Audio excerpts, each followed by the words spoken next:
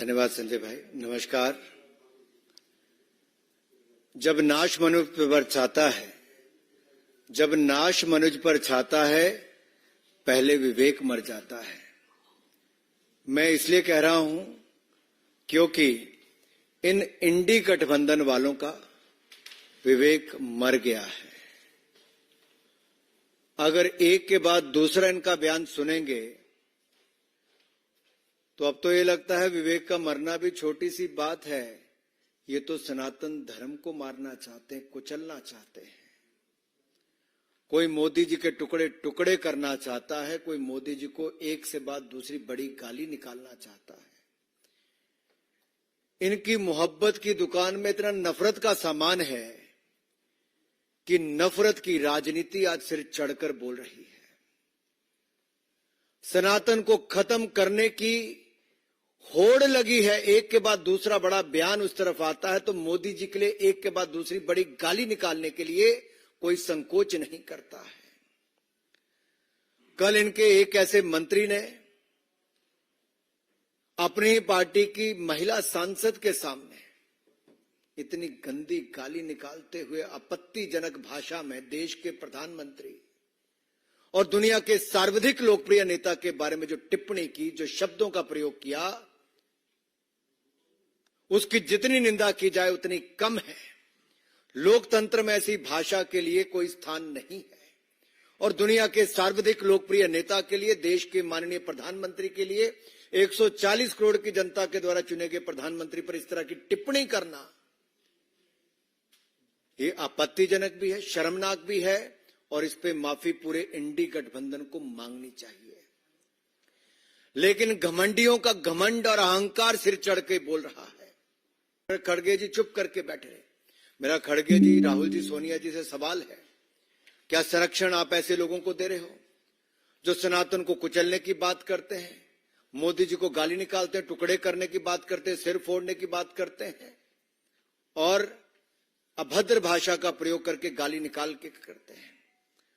साथियों, इतिहास गवाह है, तैमूर से लेकर बाबर और औरंगजेब तक सबने सनातन धर्म को समाप्त करने की, जड़ से मिटाने का प्रयास किया। ना सनातन को कोई खत्म कर पाया था, ना कोई कर पाएगा। मोदी जी को भी जितनी बार इन्होंने गाली निकालने का काम किया, हिंदुस्तान की जनता ने उतना ही बढ़ चढ़कर प्रेम दिया है। गुजरात से लेकर देश के चुनाव तक जब जब इन्होंने मोदी जी को गाली निकाली है, जनता ने उतना ही प्रेम और प्यार बरसाया है। गाली 120 तक पहुंच चुकी है, नफरत के बोल 120 तक पहुंच चुके हैं। आप कल्पना कीजिए, 120 बार एक के बाद दूसरे ये गोरख धंधे वाले, गंदे काम करने वाले लोग जो भ्रष्टाचार के चलते एक के बाद दूसरे छिपे हैं। आप जब देखिए, भ्रष्ट यूपीए का चेहरा हटाकर ये आए थे तो उन्होंने जनता को भ्रमित करने का प्रयास किया। इनका कहना क्या था? ये कहने आए थे हम डेमोक्रेसी को बचाएंगे, लोकतंत्र खतरे में है। अरे मैं कहूंगा डेमोक्रेसी नहीं, करप्शन खतरे में है। डेमोक्रेसी नहीं, अपीसमेंट खतरे में है। डेमोक्रेसी नहीं, एंटी सनातनी खतरे में है। डेमोक्रेसी नहीं, कमीशन खोरी खतरे में है। डेमोक्रेसी नहीं, कट मनी वाले खतरे में है। इनके लिए डेमोक्रेसी में सी करप्शन है, इंडी गठबंधन वालों के लिए, बट हमारे लिए सी कमिटमेंट है, सी कॉम्पिटेंस है, सी कैपेबिलिटी है और सी क्लैरिटी फॉर विकसित भारत है। यही अंतर है इनमें और हम में। ये भ्रष्टाचारी को बचाने को कहते, लोकतंत्र को बचाना है। ये कल तक जब शराब घोटाले के आरोप अरविंद केजरीवाल पर लगाते थे, वही कांग्रेसी आज उनकी जेब में जाकर बैठ गए हैं, उनकी गोद में जाकर बैठ गए हैं। क्यों राहुल गांधी जी की जुबान बंद हो गई, कांग्रेस नेताओं की जुबान बंद हो गई? क्या मजबूरी है? केजरीवाल के साथ रहना जरूरी है? अरे पंजाब में 21 लोग नकली शराब पीकर मर गए मुख्यमंत्री के घर में। एक शब्द किसी कांग्रेसी नेता की जुबान से नहीं निकला। लेकिन यही आम आदमी पार्टी के लोग कांग्रेस की सरकार के खिलाफ कहते थे हम नशा मुक्त करके नशे के धंधे को बंद करेंगे। आज नशे के चलते 21 लोगों की जान ले ली, कांग्रेस के लोग फिर चुप बैठे हैं। ये यूपीए का चोला उतारकर इंडी गठबंधन जो बनाया, घमंडी गठबंधन जो बनाया है, साफ नजर आता है कारनामे वही हैं, करप्शन वही है, भ्रष्टाचारी वही हैं, केवल चेहरा नया लेकर आए हैं, लेकिन जनता सब जानती है। मेरा निवेदन आप सबसे रहेगा कि सवाल पूछिए, मैं आपके मन से सवाल पूछ रहा हूं राहुल गांधी जी से, ये नफरत की दुकान कब तक चलाओगे राहुल गांधी? नफरत का और कितना सामान भरा है राहुल गांधी जी? पहले आप देश के टुकड़े करना चाहते थे, आज मोदी जी के टुकड़े टुकड़े करना चाहते हो। कितनी नफरत भरी है। पहले टुकड़े टुकड़े गैंग के साथ जाकर खड़े हो जाते थे, आज टुकड़े टुकड़े वालों को अपनी गैंग में शामिल करवा लेते हो।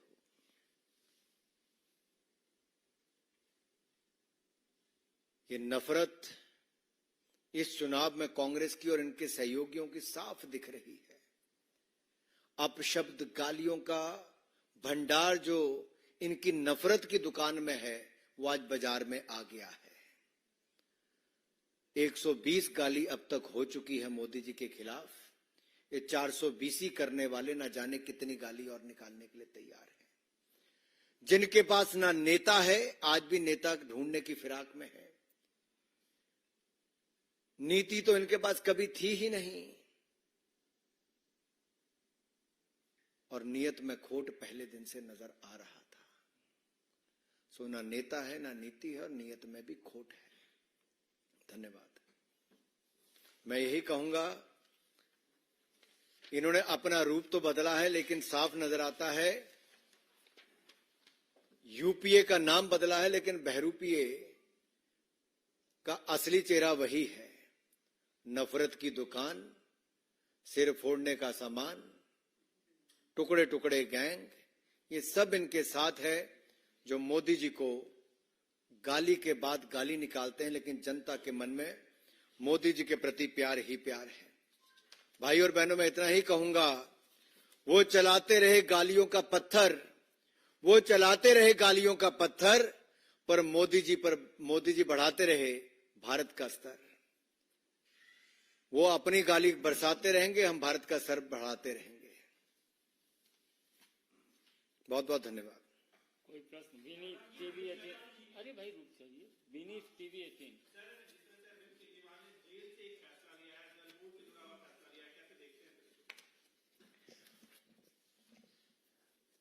जो भ्रष्टाचार के खिलाफ आवाज उठाने की बात करते थे, नैतिकता की बात करते थे, वो अनैतिक कार्य भी करते रहे, और नैतिकता दूर दूर तक कहीं नजर नहीं आती है। गंभीर भ्रष्टाचार, वो भी शराब जैसे घोटाले में शर्मनाक कृत्य करके जो जेल गया है, वो जेल से सरकार चला रहा है। ये देश की जनता को दिख गया अरविंद केजरीवाल जी का असली चेहरा, उनकी भ्रष्ट सोच, और केवल पैसा कमाने वो राजनीति में आए थे, अपनी जेब भरने आए थे। जब एनजीओ चला के जेबें भर के दिल नहीं भरा, तो भ्रष्टाचार करके एक के बाद स्वास्थ्य मंत्री, शराब मंत्री, शिक्षा मंत्री सब जेल में है। सांसद से लेके उप मुख्यमंत्री और मुख्यमंत्री जिसके जेल में हो, वो कैसी सरकार चलाते होंगे।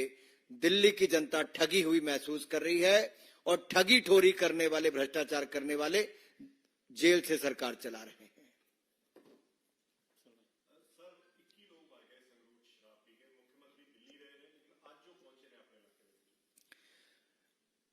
ਜਿਹੜੇ ਪ੍ਰਦੇਸ਼ 21 ਲੋਕਾਂ ਦੀ ਜਾਨਾਂ ਚਲੀ ਜਾਣ ਸ਼ਰਾਬ, ਨਕਲੀ ਸ਼ਰਾਬ ਪੀ ਕੇ,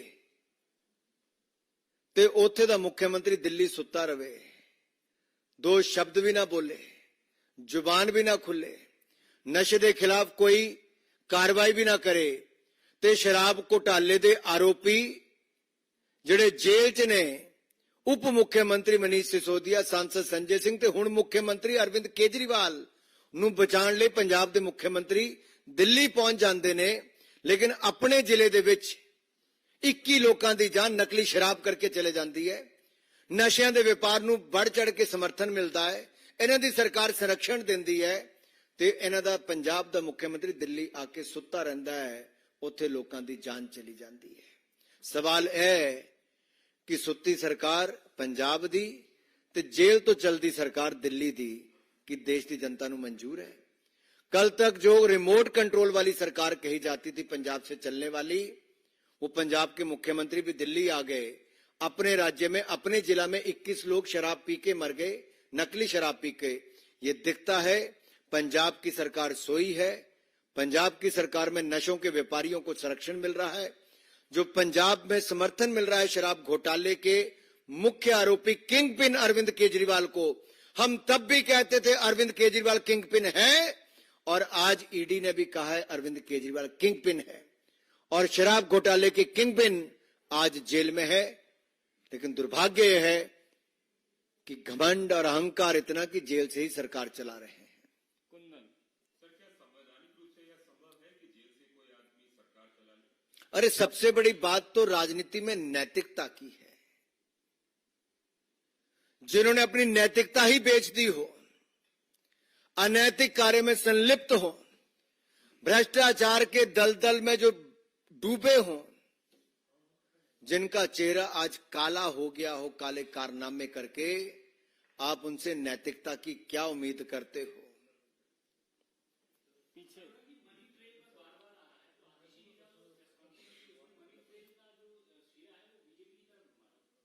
मैं इतना ही कहता हूं, जब इनके पास कोई उत्तर नहीं बचा तो इसी तरह के आरोप लगाएंगे।